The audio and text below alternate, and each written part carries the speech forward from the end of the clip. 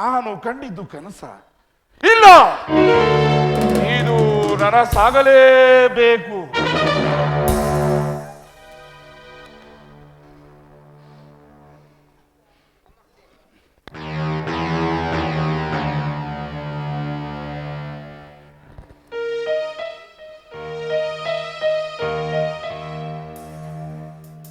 Coffee ತಗೊಳ್ಳಿ.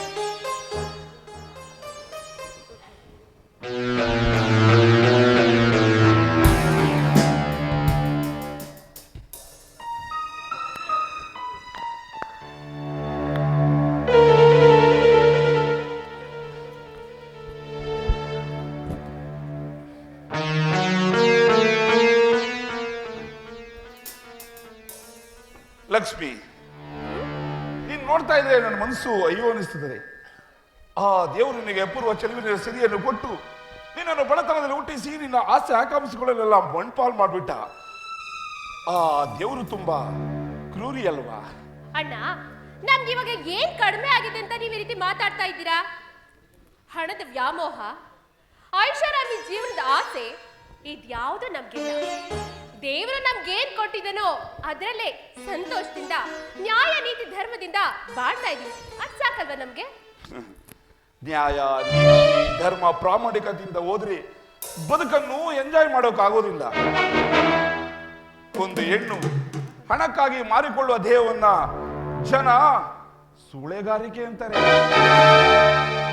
ಆದರೆ ಸ್ವಯಂ ಇಚ್ಛೆಯಿಂದ ಎರಡು ಮನಸ್ಸುಗಳು ಒಪ್ಪಿ ದೈಹಿಕ ಸಂಬಂಧ ಇಟ್ಕೊಂಡ್ರೆ ಅದಕ್ಕೆ ಬೇರೆ ಆದ ಮಾತು. ಅಂದ್ರೆ ನಿಮ್ ಮಾತಿರತ್ತ ನಾನ್ ನಿಮ್ ಜೊತೆ ದೈಹಿಕ ಸಂಪರ್ಕ ಇಟ್ಕೋಬೇಕು ಅಂತನಾ? ಕರೆಕ್ಟಾಗಿ ಹೇಳಿದೆ ಲಕ್ಷ್ಮಿ. ಶುದ್ಧ ಭಾರತೀಯರಂತೆ ಯಾರನ್ನಾದ್ರೂ ಮದುವೆಯಾಗಿ ಸಂಸಾರ ಮಾಡು. ಆದರೆ ನನ್ನ ಜೊತೆ ಸಕ್ರಿಯವಾಗಿ ಅಕ್ರಮ ಸಂಬಂಧವನ್ನ ಇಟ್ಟುಕೋ.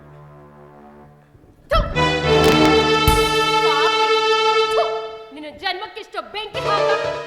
ನಾನು ನಿನ್ನ ಬಂಗಾರದಂತ ಮನುಷ್ಯ ಅಂತ ತಿಳ್ಕೊಂಡಿದ್ದೆ, ಆದ್ರೆ ನೀನಿಂತ ನೀಚ ಅಂತ ನನಗೆ ಗೊತ್ತಿರ್ಲಿಲ್ಲ. ನಿನ್ನ ಮುಖ ನೋಡೋದಕ್ಕೂ ನನ್ಗೆ ಅಸಹ್ಯ ಆಗುತ್ತೆ. ಏನು ಇನ್ನು ಇಲ್ಲೇ ನಿಂತಿದ್ಯಾ? ಮತ್ತೆ ತೊಳ್ಕೊಳ್ಳೋ ಇಲ್ಲಿಂದ. ಓಕೆ ಓಕೆ, ನೀನು ಒಡೆದೆ ಅಂತ ನನಗೇನು ಬೇಸರವಿಲ್ಲ. ಅಪೂರ್ವ ಚೆಲುವಿನ ಸಿರಿನ ಕೊಟ್ಟ ನಿನ್ನ ದೇಹವನ್ನ ಸವಿಬೇಕು ಅಂತ ಆಸೆ ಪಡುತ್ತೇನೆ. ನಿನ್ನ ತೊಟಿಯಂತಿರುವ ಜರುಗುವ ಸವಿಸಾರವನ್ನು ಸವಿತ ಕಾರಂಜಿಯ ಜಲಧಾರಿಯಂತೆ ಮುಗಲೆತ್ತರಕ್ಕೆ ಚುಮ್ಮಿಸಿ ನಿನ್ನನ್ನ ಸುಖ ಸ್ವರ್ಗದಲ್ಲಿ ತೇಲಾಡಿಸ್ತೀನಿ. ಬಾ ಲಕ್ಷ್ಮಿ, ಬಾ. ನೋಡು, ನಿನ್ನ ಕೈ ಮುಗಿತೀನಿ, ಬೇಕಿದ್ರೆ ನಿನ್ನ ಕಾಲ ಬೀಳ್ತೀನಿ. ಈ ಸಮಾಜದಲ್ಲಿ ನಾನೊಬ್ಳು ಉತ್ತಮ ಗೃಹಿಣಿಯಾಗಿ ಮಾಡ್ಬೇಕು ಅಂತ ಸಾವಿರಾರು ಆಸೆ ಕನಸುಗಳನ್ನ ಇಟ್ಕೊಂಡಿದ್ದೀನಿ. ದಯವಿಟ್ಟು ದಯವಿಟ್ಟು ನನ್ನ ಶೋಷಿತ ಹೆಣ್ಣಾಗಿ ಮಾಡ್ಬೇಡ. ನಿನ್ನ ಕಾಲ ಬಿದ್ದು ಬೇಡ್ಕೊತೀನಿ, ದಯವಿಟ್ಟು ನನ್ನ ಮಾಡ್ಬೇಡ. ನೀನು ಕೈ ಮುಗಿದು ಬೇಡಿಕೊಂಡ ತಕ್ಷಣ ಬಿಟ್ಬಿಡೋದಕ್ಕೆ ನಾನೇನು ಶೆಂಡನಲ್ಲ. ಗಂಡನೆಯ ಗಂಡು, ರಸಿಕತೆಯ ರಾಜ. ಬಾ ನನ್ನ ಚಿನ್ನ, ನಿನ್ನ ಪ್ರೀತಿಯ ಸುಖವನ್ನು ಕೊಡುವ ಚಿನ್ನ. ಬಾ ಚಿನ್ನ, ಬಾ ಲಕ್ಷ್ಮಿ. ಬಾ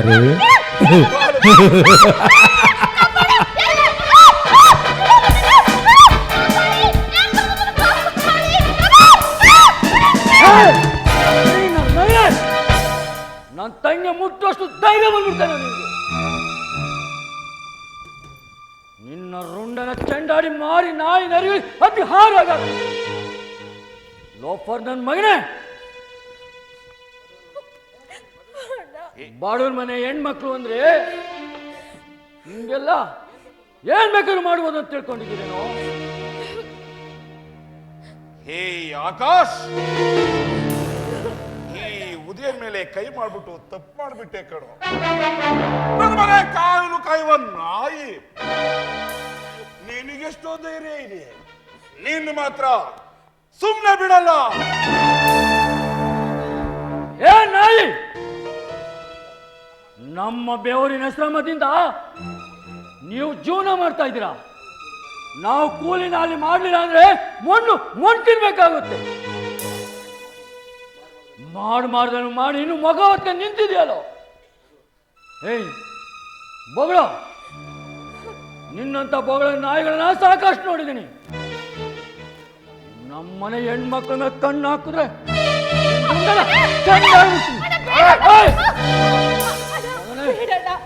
ನೋಡು, ಕೋಪಕ್ಕಾಗೆ ಮೂ ಕೊಡಕ್ ಹೋಗ್ಬೇಡ. ಇವನು ಪಾಪದ ಕೊಡೋ ಇನ್ನು ತುಂಬಿಲ್ಲ ಅಂತ ಕಾಣಿಸುತ್ತೆ. ನೀನು ಪಾಪದ ಕೊಡ ತುಂಬ ಮೇಲೆ ಆ ಭಗವಂತ ನಿಮ್ಗೆ ಸರಿಯಾದ ಶಿಕ್ಷೆ ಕೊಡ್ತಾನೆ. ಬಿಡಮ್ಮ ಅಲ್ಲಿ. ಬೇಡಣ್ಣ, ದಯವಿಟ್ಟು ಕೆಲಸ ಮಾಡ್ಬೇಡ, ಬಿಡಣ್ಣ, ಬಿಡು. ಏಯ್ ಒಂದೈತೆ ನಿನಗೆ ಮಾರಿ ಹಬ್ಬ. ಇನ್ನು ಕಂಡಿದ್ದೀನಿ, ಹೋಗ.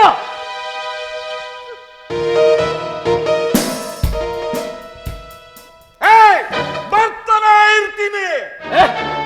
ನೋಡಿ,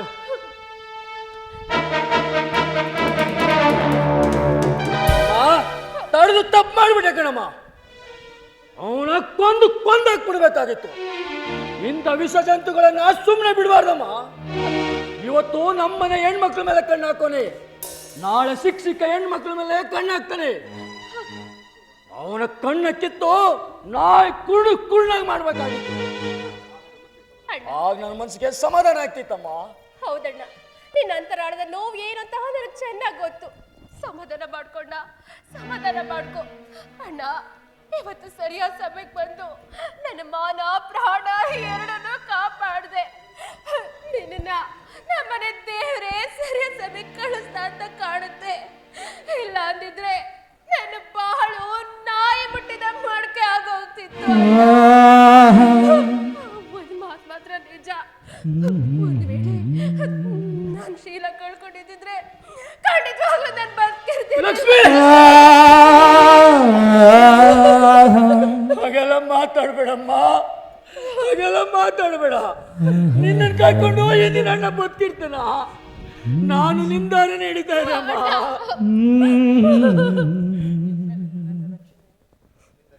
ನಿನ್ನ ರಕ್ಷಣೆ ನನ್ನ ಮೇಲೆ ಇರುವಾಗ ಯಾವ ದುಷ್ಟ ಶಕ್ತಿಗಳು ನಿನ್ನನ್ನು ಏನು ಮಾಡಕ್ಕಾಗಲ್ಲಮ್ಮ.